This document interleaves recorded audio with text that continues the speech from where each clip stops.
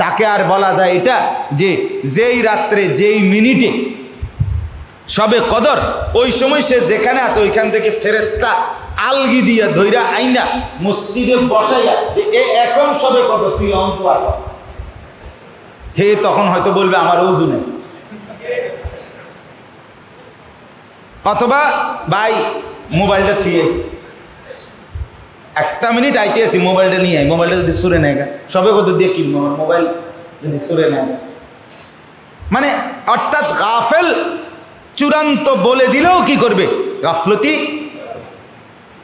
আগামী বুধবার দিবাগত সন্ধ্যা থেকে সবে কদর তালাশ করবেন, অর্থাৎ এই যে বুধবার আসতেছে, বুধবার দিন ইফতার করলে 20 তারিখ শেষ হবে, আর এই ইফতারের টাইম থেকে 21-এর বেজর শুরু হবে, তাইলে 21, 23, 25, 27, 29 এই কয়টা হলো রাত, 5টা রাত।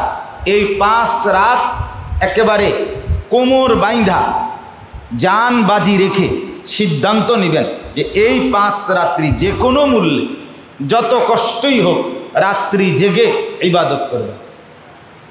তারাবির পরে আপনি আরও কিছুক্ষণ নামাজ পড়েন, আরও কিছু 4 রাকাত, 6 রাকাত, 8 রাকাত, 12 রাকাত, 14 রাকাত, 16 রাকাত, 18 রাকাত, 20 রাকাত কিছুক্ষণ দোয়া করেন।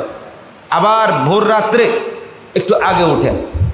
রাসূলুল্লাহ সাল্লাল্লাহু আলাইহি ওয়াসাল্লাম আম্মা জান আয়েশা রাদিয়াল্লাহু তাআলা আনহা বলেছেন, রাসূলুল্লাহ সাল্লাল্লাহু আলাইহি ওয়াসাল্লাম ইয়াজতাহিদু ফিল আশরিল আওয়াখির মা লা ইয়াজতাহিদু ফি গায়রি। নবীজি সাল্লাল্লাহু আলাইহি সাল্লাম পুরা জীবনে, পুরা বছরে রমজানের শেষ দশকে ইবাদতের জন্য যে পরিমাণ মেহনত করতেন তা অন্য কোনো সময়ে করতেন। তার মানে অন্য সব সময় ঘুমাইতেন। কি বলেন? নবীজির সারা বছর তিনি সারা রাত ঘুমাইতেন, ঠিক না? সারা আগেও তো উনি ইবাদতই করতেন, কিন্তু অথচ আয়েশা রাদিয়াল্লাহু তাআলা আনহা বলেন যে নবীজির শেষ 10 দিনের আমল দেখলে মনে হইতো আগের 11 মাস এবং বাকি 20 দিনের চাইতেও অনেক বেশি আমল করতেছে। এই জন্য এটা 3টা জিনিস নবীজি শেষ দশকে করতেন। আম্মা জান আয়েশা রাদিয়াল্লাহু তাআলা আনহা বলেন, 1 শাদ্দা মিজারাহু, তার কোমরে লুঙ্গি শক্ত করে বেঁধে নিতেন, লুঙ্গি বাঁধতেন, কোমরের লুঙ্গি বেঁধে নিতেন। এই কথার 2 অর্থ। 1, আচ্ছা এরপরের অর্থটা বলি। 2, ওয়া আহিয়া লাইলাহু, দ্বিতীয় আমল রাত্রি জেগে থাকতেন। 3, আইকাজা আহলাহু, পরিবারের সদস্যদেরকে ইবাদতের জন্য জাগিয়ে দিতেন। বাচ্চা কাচ্চা, ছেলে মেয়ে, স্ত্রী, সন্তানদেরকে ইবাদতের জন্য শেষ দশকে নবীজি জাগিয়ে দিতেন। তাইলে প্রথম আমল হলো কোমরের লুঙ্গি শক্ত করে বেঁধে নিতেন। এখানে তাফসীরের মধ্যে লিখছে, হাদিসের ব্যাখ্যার মধ্যে লিখছে, রমজান মাসের রাত্রিতে স্ত্রীর সাথে মিলিত হওয়া, স্ত্রীর কাছে থাকা, স্ত্রীর সাথে রাত কাটানো অনুমতি আছে। এটা তো কোরআনের আয়াত, তো এটা হালাল। কিন্তু রমজানের শেষ দশক আল্লাহ নবী সাল্লাল্লাহু আলাইহি সাল্লাম বলছেন, রমজানের শেষ দশক আল্লাহর পক্ষ থেকে জানানো হয়েছে শেষ দশকে সবে কদর আছে। তাহলে শেষ দশকের রাত্রিগুলোতে নবীজি বলছেন তোমরা সবে কদর তালাশ করো। তাইলে পুরা রমজান রাত্রিতে স্ত্রীর কাছে থাকার অনুমতি আছে, আর শেষ দশকের রাত্রিগুলোতে সবে কদর তালাশ করতে বলা হয়েছে। এই জন্য নবীজি 20 রাত্রি আগের রাত্রিতে স্ত্রীদের কাছে থাকতেন, সময় কাটাইতেন, কিন্তু শেষ দশক আইলে লুঙ্গি শক্ত করে বেঁধে নিতেন, অর্থাৎ স্ত্রীদের থেকে একদম বিচ্ছিন্ন হয়ে আল্লাহর ঘর মসজিদে সবে কদরের তালাশে এতেকাফে ঢুকে যেত। তারে দুটোটা হইল। রমজানের শেষ রাত্রে, রমজানের রাতে স্ত্রীর কাছে থাকার অনুমতি, এটার আমলও হইল 20 দিন। আর রমজানের শেষ দশক সবে কদর তালাশ করা, এই জন্য স্ত্রীদের থেকেও আলাদা হয়ে একদম খালেস সবে কদরের তালাশে মসজিদে চলে যেত। এজন্য শবে কদরের তালাশ রমজান মাসের একটা গুরুত্বপূর্ণ আমল, গুরুত্বপূর্ণ আমল।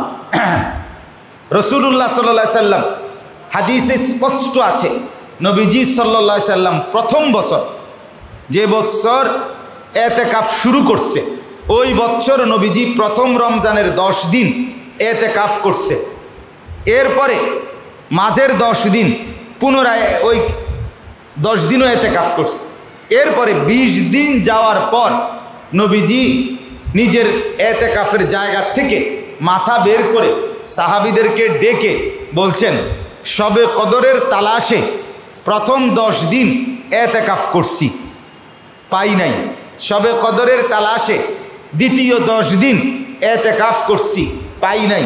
আল্লাহ নবী বলেন, আমাকে ফেরেশতা জানায় গেছে যে শবে কদর শেষ দশকে, অতএব আমি আর মসজিদ থেকে বের হইলাম না, এই দশকও পূর্ণ করে এরপরে বের হব।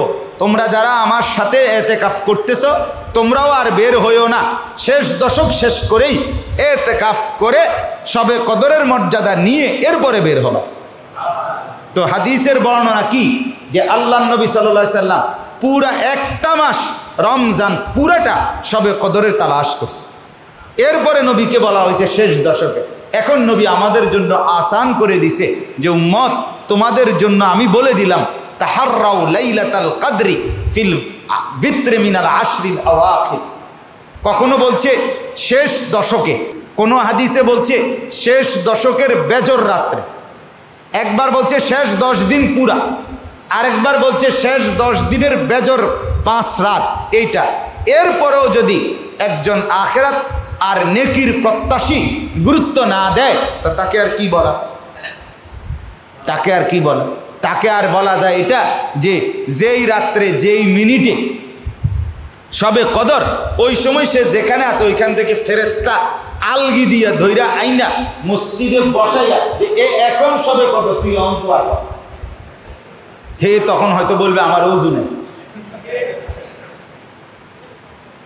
অথবা ভাই মোবাইলটা থুয়েছি, 1 মিনিট আইতেছি মোবাইলটা নিয়ে আই, মোবাইলটা যদি সুরে নেয় সবে কত দিয়ে কিনবো, আমার মোবাইল যদি সুরে নেয়, মানে অর্থাৎ গাফেল চূড়ান্ত বলে দিলেও কি করবে, গাফলতি। এই জন্য আল্লাহ নবী সাল্লাল্লাহু আলাইহি সাল্লামের একটা গুরুত্বপূর্ণ নির্দেশ, বারবার বলছে উম্মত তাহাররাও ইলতামিসুহা, তোমরা তালাশ করো, তালাশ করো, তালাশ করো। এই জন্য এক রাতকে শবে কদর মনে করা কখনোই ঠিক না, কখনোই ঠিক। এক রাত শবে কদর না, রমজানের শেষ 10 দিন শবে কদর, রমজানের শেষ 10 দিনের বেজর রাতগুলো শবে কদর। নির্দিষ্ট শুধু 27কে শবে কদর মনে করা এটা কখনোই ঠিক না। শুধু 27, শুধু 27 তারিখ রাত্রি একেবারে ফিক্সড এটাই শবে কদর না। 21 সম্ভাবনা অদ্দুর 27 তারিখ যদ্দুর, 23 তারিখ অদ্দুর সম্ভাবনা 27 তারিখ যদ্দুর, 25 তারিখ অতটুকু সম্ভাবনা 27 তারিখ যদ্দুর, 29 তারিখ অতটুকু সম্ভাবনা 27 তারিখ যদ্দুর, 27 তারিখ অতটুকু সম্ভাবনা 21 তারিখ যদ্দুর। বোঝেন নাই কথাটা? তাইলে পুরা সমান সম্ভাবনাময়ী 5টি রাতকে কদর করে। এর শেষ কথা হইল শবে কদরের এই মর্যাদা, শবে কদরের এই ফজিলত, শবে কদরের এই সীমাহীন বরকত। কি বলছে নবী? এক কথায় বলছে, মান হারুমা খাইরাহা ফাকাদ হারুমা, যে ব্যক্তি শবে কদর থেকে বঞ্চিত হইল সে জিন্দিগির সমস্ত কল্যাণ থেকে বঞ্চিত হইল, সে সব হারাইল। নবীজির হাদিসে, এটা বুখারী মুসলিমের হাদিস, যে শবে কদর হারাইল সে সব হারাইল, সে যেন কিছুই পেল না। রমজান পেলেন অথচ শবে কদর থেকে গুরুত্ব দিলেন না, এটা কশ্চিন কালে উচিত। এজন্য শবে কদর ইনশাআল্লাহ ওই 21, 23, 25, 27, 29, 5 রাত্রে সমানভাবে গুরুত্ব দিয়ে নফল নামাজ, জিকির, তেলাওয়াত। শবে কদর আগেও বলছি, শবে বরাত, শবে কদর এটা কোনো অনুষ্ঠান না। শবে কদর পালন করার কিছু নাই যে আমরা এবছর শবে কদর আমাদের কিভাবে পালন করবেন জিলাপি কয় কেজি, বিরিয়ানি কয় ফুটলা, খিচুড়ি কয় ডেক, তারপরে দেওয়া আর কোনো কার্যক্রম আছে কিনা? না, কিচ্ছু নাই। সবে কদর আপনার আর আপনার মালিকের। কার? আমার আর আমার কি? মালিকের। সেজদা দেব আমি, নেকি দিবেন তিনি। হ্যাঁ, ডাকবো আমি, আদর করবে তিনি। খালাস। এবার আমনে কাটা পারেন, কথা বলেন না কেন? আমনের লগে আমি সুদ দিতে হইব, আমনের লগে লগে ডুলতে হইব, আমনের লগে লগে লইয়া ডুলতে কেন? আমনের ডোলা আমনে ডোলে, আমনের সুর আমনে দেন, কথা বোঝেন নাই? আমি একজন নামাজ পড়তে পারবে, আপনার এক রাত্রে নামাজ পড়তে পারবে 100 রাকাত, আপনি কেন তারে 12 রাকাতে নির্ধারণ করে দিবেন? আরেকজন 12 রাকাত পারবে না, বেটা এতটা দুর্বল মানুষ, উনি 12 রাকাতও পারবে না, তো উনি 2 রাকাত পড়বে, অসুবিধা কি? নেকি দিবে কে? হ্যাঁ, তাহলে এই জন্য প্রত্যেককে তার হালাতের উপর। আমি এমন বয়স্ক মানুষ দেখছি আমার সাথী সফরে, একসাথে 5টা তাওয়াফ করছে রমজান মাসে রোজা রাইখা, মানে 5 7 35টা চক্কর। একবার এক তাওয়াফ শেষ করতে 3 তলায় হারামে এখন বরাবর 1.25 ঘন্টা থেকে 1.5 ঘন্টা লাগে। এত ভিড়, এত ভিড়, পুরা হজ্জের মতো মানুষ, হজের মতো। আমার মনে হয় হজের থেকে বেশি মানুষ, এই পরিমাণ মানুষ, একবারে সুইয়ের মতো একটু একটু একটু একটু করে করে আগায় মানুষ আপনার। তো ওই উনি বয়স্ক লোক, তাহলে ওই লোকটা আপনার এরপরেও এই রমজানে রোজা রাইখা 5টা তাওয়াফ কেমনে করল? মানে 5 7 35 চক্কর। তাহলে এই জন্য প্রত্যেককে তার ইবাদতের উপরে, তার উপরে ছেড়ে দাও যে আপনি বন্দেগী করতে থাকেন, সারা রাত জাগেন, জিকির করেন, তেলাওয়াত করেন, তসবিহ পড়েন, দোয়া করেন, কোরআন তেলাওয়াত করেন। সর্বশেষ কথা হইল রমজান মাসের শেষ দশকের শবে কদরের নিয়ামত পাওয়ার সুবর্ণ সুযোগ, সর্বোত্তম পদ্ধতি, উত্তম উপায় হলো আল্লাহর ঘর মসজিদে শেষ 10 দিন ইতিকাফ করা। ইতিকাফ করা, ইতিকাফ করা। নবী সাল্লাল্লাহু আলাইহি ওয়াসাল্লাম মৃত্যু পর্যন্ত কোনো দিন আল্লাহর নবী ইন্তেকালের বছরও ইতিকাফ ছাড়েন নাই, কখনোই না। নবীজি সাল্লাল্লাহু আলাইহি সাল্লামের দায়েম আমল ছিল, তিনি শেষ দশক ইতিকাফ করতেন। নবীজির স্ত্রীরা সকলেই ইতিকাফ করতেন, সাহাবীরা সকলেই ইতিকাফ করতেন। এজন্য ইতিকাফ অত্যন্ত গুরুত্বপূর্ণ একটি আমল। ইতিকাফের মর্যাদা শাইখুল হাদিস মাওলানা জাকারিয়া রাহমাতুল্লাহ আলাইহি তিনি বলছেন, আর কোনো মর্যাদা লাগবে না বেটা, নবী মৃত্যু পর্যন্ত গুরুত্বের সাথে আদায় করতেন। এই কথাইটাই আমার জন্য যথেষ্ট, যে আমার মাহবুব যিনি, আমার প্রিয়তম, যাকে আমি ভালোবাসি, যাকে আমি দাবি করি ভালোবাসার, সেই প্রিয়তম আজীবন মৃত্যু পর্যন্ত মসজিদে শেষ 10 দিন ইতিকাফ করছে। ইতিকাফের জন্য আর ফজিলতের কি দরকার? রাসূল সাল্লাল্লাহু আলাইহি ওয়াসাল্লাম ইতিকাফ করছেন আজীবন, এটাই তো আমার জন্য যথেষ্ট।